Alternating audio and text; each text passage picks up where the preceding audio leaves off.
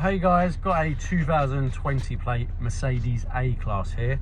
Just going to show you how to reset the tyre pressure warning light on this one. So if you do find the video useful, please give it a like, and if you want to see some more helpful content like this, subscribe to the channel. So on this one, we're going to use the screen in front of the steering wheel and the buttons on the right hand side of the steering wheel. So from here, we're going to press the home button. Then we're going to scroll across using the black button until you get to service, then click it in, black button.